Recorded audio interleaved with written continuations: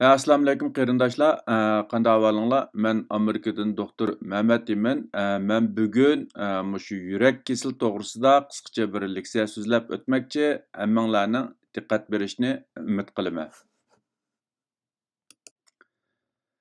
Yurak kesili bo'lsa, eng ko'p uchraydigan kasallik bo'lib, u asosliqi tövəndikidək ikki cho'ng tür va har xil konkret kasalliklarni o'z ichiga oladi.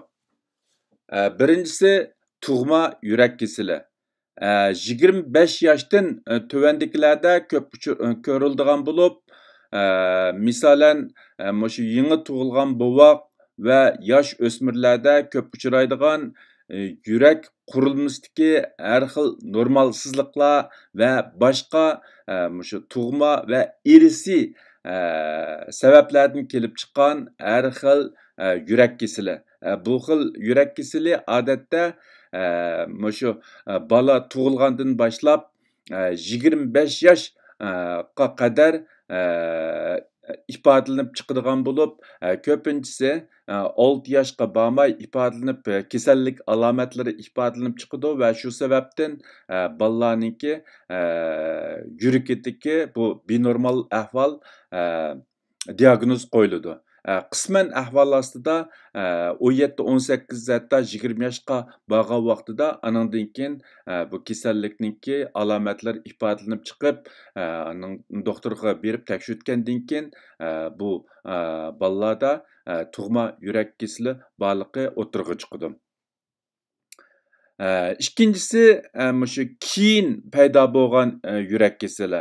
Misolan, 40 yoshdan oshganlarda ko'p uchraydigan bo'lib, eng ko'p uchraydigani tojsimon yurak kesili yoki yurak tiqilmasi, yurak sanjiqi degandagidek kasalliklar bo'lib, bu kasalliklar asosan mushu insonlarningki turmush odati va nurg'un omillar bilan munosabatlik bo'lib, kasallik garchi yosh vaqtidan boshlangan bo'lsa-mu, biroq ko'pincha odamning kasal alomatlari 40 yoshdan oshgan vaqtida ifodalanib chiqadi.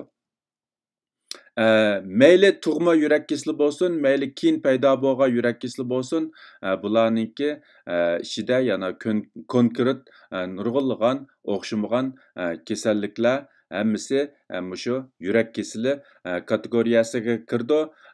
Albatta biz yurak kesilim bor degan vaqtida ko'pincha odamlarningki mushu ko'pincha odamlarda asosliqi mushu tojsimon yurak qon tomir kesiliniki borligini ko'rsatadi. Lekin shuni ta'kidlab o'tish kerakki, yurak kesili degani taq bir kasal bo'lmasdan, mushu yurakda bo'ladigan har xil kasalliklarningki o'rtaq ismi. Ko'p uchraydigan yurak kasallari. Yani bu yurak kesili deganda men yuqorida deb o'tgandagidek, garchi biz ko'pincha holda tojsimon yurak kesilini ko'z tutsaqmi, lekin amaliyotda bu yurak kesili yurakda bo'ladigan har xil kasalliklarni o'z ichiga oladigan bo'lib, men tövəndə eng ko'p uchraydigan 10 xil yurak kesilini tizib chiqdim.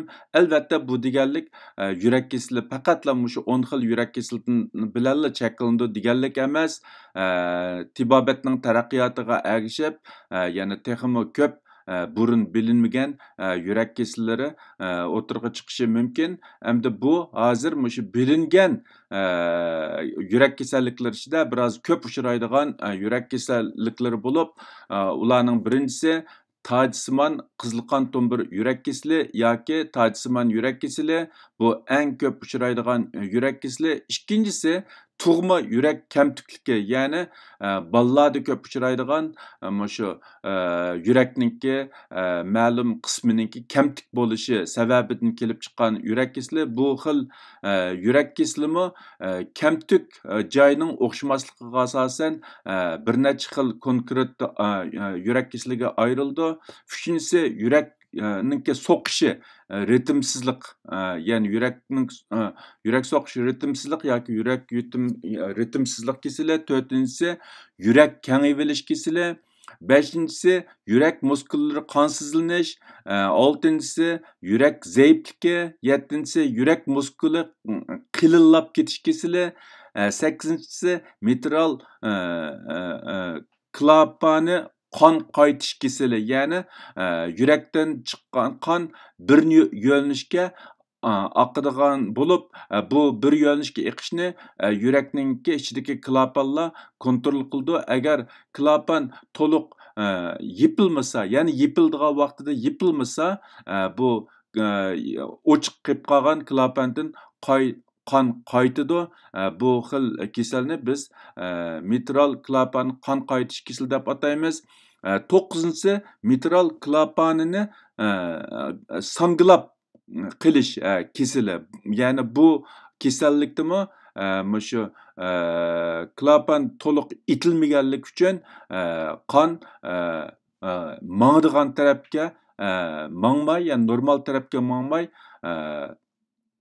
xato yo'nalishga ketib qoldigan, ya'ni bu yurakdan chiqqan bu oksigenli qon bilan oksigensiz qon almashib yurakninki xizmat yukini ig'irlashtiradigan ahvol kelib chiqadi. 10-inchisi g'o'l qizil qon tomir qetivilish kasali. Bu shu qon besimini yuqoriltadigan kasallik bo'lib, bu bir xatarlik bir kasal. Bular bir qismi bolalarda uchraydigan tug'ma yurak kasalliklari bo'lsa, yana birisi cho'nglarda uchraydigan keyin paydo bo'lgan yurak kasallari. Bular odatda nisbatan biroz ko'p uchraydi. Men tövanda shu eng ko'p uchraydigan tacsimon qizil qon tomir kasali to'g'risida tafsili to'xtalaman. Qolgan kasalliklar to'g'risida keyin yana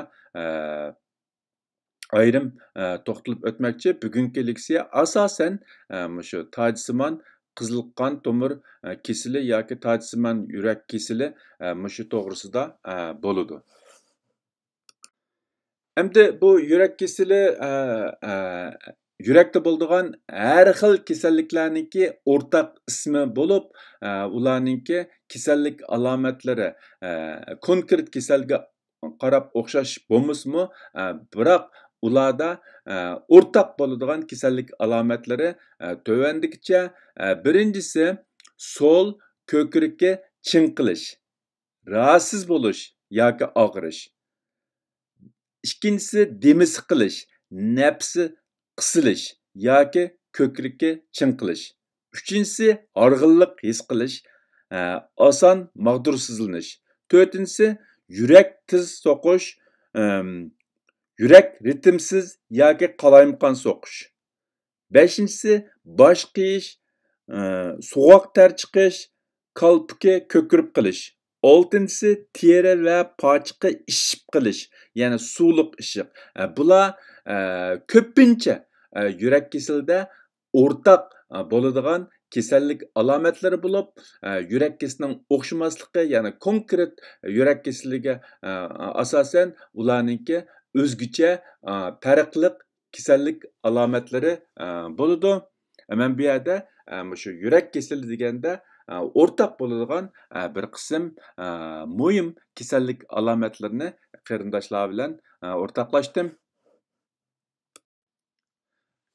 Men yuqori degandagidek eng ko'p uchraydigan yurak kasali tacsimon qizil qon tomir yurak kasali yoki tacsimon yurak kasali bo'lib, uning agashma kasali yurak tiqilmasi yoki yurak sanjiqi. Ya'ni tacsimon yurak kasali jiddiy qo'zg'algan vaqtida kelib chiqadigan kasallikni biz odatda yurak tiqilmasi yoki yurak sanjiqi deymiz. U texmi taraqqiy qilsa, oxirida yurak zaifligini keltirib chiqardi. Albatta bu yurak zaifligini yalğız bu tacsimon yurak keseli emas, ko'plagan boshqa yurak kasallarni keltirib chiqardi. Bu yurak zaifligi mushu yurak keselininki odatda oxirgi bosqichi hisoblanadi. Tacsimon yurak keseli. Men yuqori degandagidek bugungi leksiyaning asosli mazmuni mushu eng ko'p uchraydigan yurak keseli bo'lgan tacsimon yurak keseli to'g'risida bo'ladigan bo'lib, bu tacsimon yurak keseli deganimiz yurakni qon bilan ta'minlaydigan asosli qon tomiri bo'lgan tacsimon qizil qon tomirininki tarayverishi natijasida yurakka qon yetishmaslik sababidan paydo bo'lgan kasallik bo'lib, u butun dunyoda bo'libmi taraqqiy qilgan davlatlarda eng ko'p uchraydigan kasallik hisoblanadi. Qondagi, ya'ni biz maydan erishgan xolesterol moddasi yurakni qon bilan ta'minlaydigan tacsimon qizil qon tomir temiga o'ltirishib, qon tomirini qetishtirib, qon tomirining elastikligini tövaltib o'tadi. Va shundaqla qon tomir taraydi. Hatto ba'zi qon tomirlar to'silib qilishi mumkin. Natijada yurak muskullariga qon yetishmaslik kelib chiqib, eng oxirida yurak muskullarining qonsizlanishi va o'lishini keltirib chiqardi. Mana bu mushu tacsimon yurak kasalligininki paydo bo'lish va taraqqiy qilish mexanizmi. Undaqda bu tacsimon yurak keselining kasallik alomatlari qandaq bo'ldi degan vaqtida birinchisi ko'krak og'rish yoki bearam bo'lish. Yurak sanjiqi, yurak tiqilmasi. Buni biz yuqorida men deb o'tdim. Buni mushu yurak keseli qo'zg'algan vaqtida, ya'ni ko'krak og'rish, bearam bo'lgan vaqtida biz uni yurak sanjiqi yoki yurak tiqilmasi deymiz. Ikkinchisi mag'dursizlik, bosh qiyish, ko'ngli aynish yoki sovuq ter chiqish. Yurak qon yetishmagan vaqtida qon orqali boradigan oksigen va yurak muskullarini oziqlik bilan ta'minlaydigan oziqlik yetishmaslik sababidan bu odamda mag'dursizlik, bosh qiyish, ko'ngli aynish yoki sovuq ter chiqish alomatlari ko'rildi. Uchinchisi qo'l yoki mo'risi, gajgisi og'rish yoki bearam bo'lish. Og'riq mushu keyni tarafga, gajgisiga tarqash. To'rtinchisi dimi yoki nafsi siqilish, nafas ololmay qilish, ko'kragini bir narsa, ig'ir narsa besib olgandek his qilish. Beshinchisi shu sol ko'kragini ig'ir bir narsa besib olgandek his qilish. Bular odatda mushu tacsimon yurak kasalininki ko'p uchraydigan kasallik alomatlari hisoblanadi. Undaqda bu tacsimon yurak keseli qandoq kelib chiqadi, ularning sabablari nima degan vaqtida tacsimon yurak keseli ushtumtut paydo bo'ladigan kasallik bo'lmasdan uzun muddatlik bir jarayonda asta paydo bo'ladigan, hatto ba'zilarning qarashicha uning asosi bolalik davrida boshlanadigan kasallik bo'lg'achqa, u taq bir omil bilan emas, balki ko'p xil omillar bilan munosabatlik. Uning sabablarini tövandagi bir necha tarafdan ko'rishga bo'ldi. Birinchisi turmush odati, masalan tamok chekish, yemak ichmak, semizlik, oz harakat qilish yoki harakat qilmaslik. Bu mushu yurak kasaliga giribdor bo'lgan odamlarda o'rtaq mavjud odat bo'lib, ko'pincha mutaxassislarning qarashicha bu yurak kasalininki paydo bo'lishda bu xil turmush odatlari muhim rol o'ynayotgan. Ikkinchisi irsiy omillar, ya'ni ota-onasida yurak kasali bo'lgan insonlarning yurak kasaliga giribdor bo'lish ehtimolligi yuqori bo'lish. Uchinchisi qondagi yuqori xolesterol moddasi. To'rtinchisi yuqori qon besimi. yoki va yoki diabet kasali. Ya'ni yuqori qon besimi, diabet kasali bor insonlarningki yurak kasaliga giribdor bo'lish nisbati yuqori bo'ladi. Shunga bu yuqori qon besimi, diabet kasalini shu tajima yurak kasaliningki asosliq sabablarining biri deb qaraymiz. Tajsimon yurak kasalini keltirib chiqaradigan xatarlik omillar. Birinchisi yosh. Yoshning cho'ng'ayishiga ergishib, qon tomir temi qitishib, qon tomirining elastikiligi tövəllab mangıdı. Shu sababdan bundaq kishilar tajsimon yurak kasaliga oson giribdor bo'ladi. Ikkinchisi, jinsiy farq.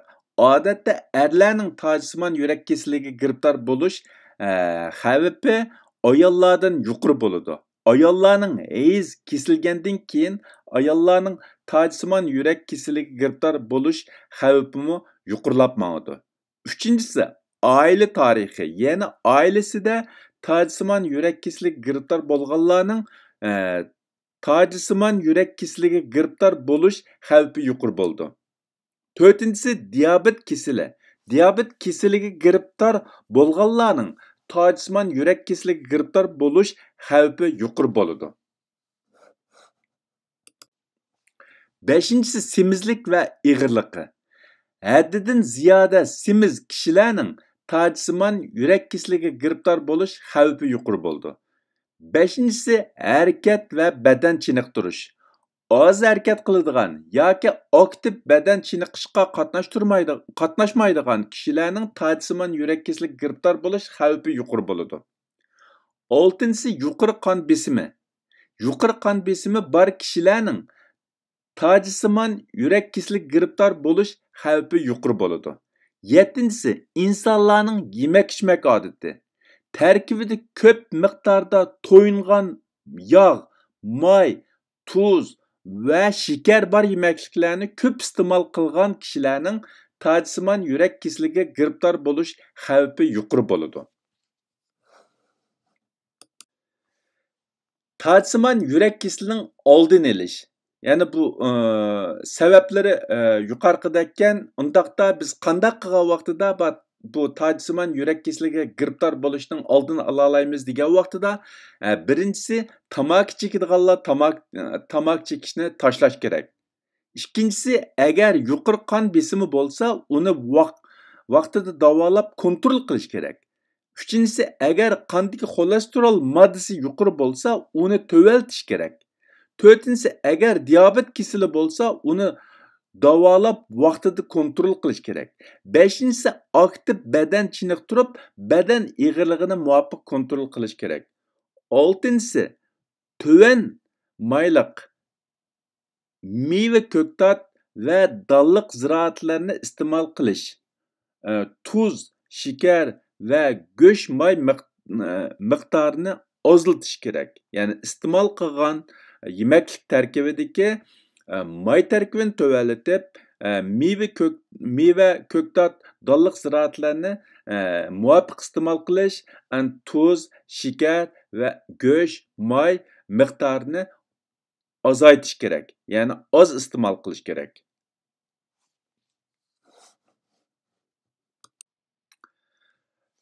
Tajsimon yurak kasalini davolash. Bu tajsimon yurak kasali uzun bir jarayonda asta taraqqiy qilgan ost xarakterlik kasal bo'lg'achqa uni davolashmi bir kunlik, 2 kunlik ish emas, uzun muddat, ya'ni tajsimon yurak kasali deb diagnoz qo'yilgandan keyingi hayotini bu kasalni davolash va kontrol qilish bilan o'tkazadigan gap. Shunga bu kasalning oldini olish bek muhim. Endi bu kasal giribdor bo'lgandan keyin qanday davolaydi degan vaqtidami bu davolashni bir umr elib berishga to'g'ri keldi. Birinchisi, shu turmush odatini o'zgartirish kerak. Tamaki chekadigan bo'lsa, tamakini tashlash kerak. Sog'lom yemakliklarni iste'mol qilishga odatlanish, badan chiniqtirish, badan ig'irligini kontrol qilish, va jiddiyləşməslik kerak. Ya'ni ruhiy kayfiyatni sog'lom tutish, xushal tutish, bak jiddiyləşidigan, tushkunlashadigan, qayg'uradigan ishlardan yiroq turish kerak. Ikkinchisi dori bilan davolash. Bu yuqorqi birinchi omil, birinchi davolash usullari unum bermagan vaqtida dori bilan davolashga to'g'ri keldi. Bu dorimi bir ömür davolab turishga to'g'ri keldi. Ya'ni bu yurak kasali saqiydigan kasal bo'lmaganlik uchun faqatla kontrol qilg'ili bo'ladigan kasal bo'lganlik uchun dorini dori iste'mol qilishni boshlagandan keyin asosan uni butunlay to'xtatqili bo'lmaydi. Faqatla dorining miqdorini kasallik ahvoliga qarab tangshab turadigan gap. Bu xil dorilarni har xil bo'lib, ba'zilari bir qism odamlarga foyda qilsa, yana ba'zilari boshqa odamlarga foyda qilishi mumkin. Shunga bu dorining unumiga qarab dorini tangshab turish, dorining miqdorini tangshab turish bu yurak kasalini davolashda nihoyatda muhim. Üçüncüsü, mushu tarib olgan qon tomirini kengaytish. Bu kengaytish degan vaqtida ichiga operatsiya orqali ichiga prujin silish orqali bu qon tomir tarib olgan qon tomiri, itilib qolgan qon tomirini kengaytish. To'rtinchisi, to'slab qolgan qon tomirga, ya'ni kengaytish imkon bo'lmagan vaqtida ko'rik silish. Ko'rik silish orqali to'slab qolgan, ya'ni atlab o'tish orqali yurakninki qon ta'minotini asliga keltirish. Bular mushu hozir tojsimon yurak kasaliga nisbatan elib berilayotgan har xil davolashlar bo'lib, konkret bemorning ahvoliga qarab doktorlar qaysi xil davolashni elib berishni tanlaydi va bemor bilan bu haqda suhbatlashadi. Bemor o'zininki amaliy ahvoliga qarab qaysi xil davolashni muvofiq ko'rsa, shuni tanlasa bo'ladi. Bugungi bu yurak kasali to'g'risidagi leksiyani mishada to'xtatmoqchi, oxirlashtirmoqchi. Hammanglarning diqqat berganinglar ko'p rahmat. Xayr xo'sh, ko'rishguncha omon bo'linglar.